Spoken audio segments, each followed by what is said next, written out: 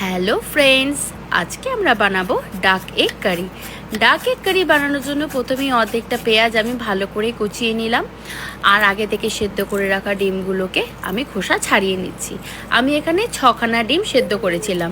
এবার একটা বড় সাইজের আলুকে ভালো করে খোসা ছাড়িয়ে ধুয়ে নিয়ে আমরা 4 পিস করে কেটে নিচ্ছি। ডিমের ঝোলে আবার আলুটা না পড়লে জমে না। এরই সাথে নিয়ে নিচ্ছি একটা ফুলকপি। আমি বেশ একটু ফোটা টাইপের ফুলকপি পছন্দ করি, তো বাজারে পেয়েছি, নিয়ে এসেছি। চেষ্টা করব ফুলকপিগুলোকে সব একই রকম সাইজে রাখার। ফুলকপিগুলো ভালো করে ধুয়ে নিয়ে একটু ভাপিয়ে নেব।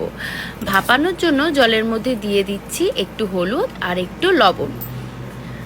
ওদিকে আমার ভাতও বসানো হয়ে গেছে, ভাত হতে হতে আমার ডিমের ঝোলটাও হয়ে যাবে। এদিকে কড়াই গরম হয়ে গেছে, দিয়ে দিলাম একটু সর্ষের তেল। সর্ষের তেলের মধ্যে হলুদ আর একটু নুন দিয়ে সেদ্ধ করে রাখা ডিমগুলোকে ভালো করে একটু এপিটোপিট করে ভেজে নেব। ডিমের ঝোলে একটু লাল লাল করে ডিমগুলো ভাজলে খেতে বেশ ভালোই লাগে। আমাদের বাড়ির বেশিরভাগ রান্নাই সর্ষের তেলে হয়। সর্ষের তেলের ফ্লেভার এবং ঝাঁঝ দুটোই আমাদের খুব প্রিয়। ডিমগুলো ভাজা হয়ে গেছে, এবার তুলে নিলাম। ওই তেলের মধ্যেই এবার দিয়ে দিচ্ছি একটু গোটা জিরে। জিরেটা একটু ভাজা ভাজা হয়ে গেলেই ওর মধ্যে দিয়ে দিলাম কুচনো পেঁয়াজটা। 2 মিনিট পেঁয়াজটাকে আমরা একটু নাড়াচাড়া করে নেব। অর্ধেকটা পেঁয়াজ আমি এখানে কুচিয়ে দিয়েছি, আর বাকি অর্ধেকটা পেঁয়াজ আমি আদা রসুনের সাথে পেস্ট করে নিচ্ছি। আমি একটু শর্টকাট রান্না করতে পছন্দ করি। আমার মতো তোমরা কে কে এরকম শর্টকাটে রান্না করো অবশ্যই জানিও। এর মধ্যে দিয়ে দিলাম হলুদ গুঁড়ো, জিরে গুঁড়ো, আর এখানে ভেজে রাখা মশলা। এটা সব রকম গরম মশলাকে আমি ভেজে রেখে দিই, আমার রান্নার সুবিধার জন্য খুব তাড়াতাড়ি হয়ে যায়। আলাদা করে আমাকে আর কিছু মশলা দিতে হয় না। এর মধ্যে আমি আলুটাকে দিয়ে একটু কষিয়ে নিচ্ছি।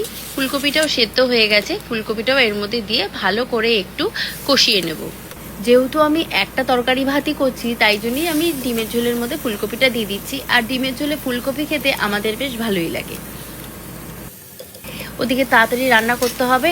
আমার পুচকি গেছে উঠে, সে তো খুব জোরে জোরে কাজে, তাকে একটু কোলে নিয়ে আদর করে নিলাম।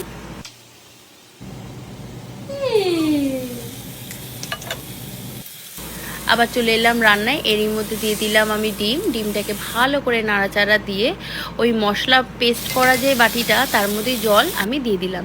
জল দিয়ে ভালো করে ঢেকে রেখে আমি একদম লো ফ্লেম করে একটুখানি ফুটিয়ে নেব।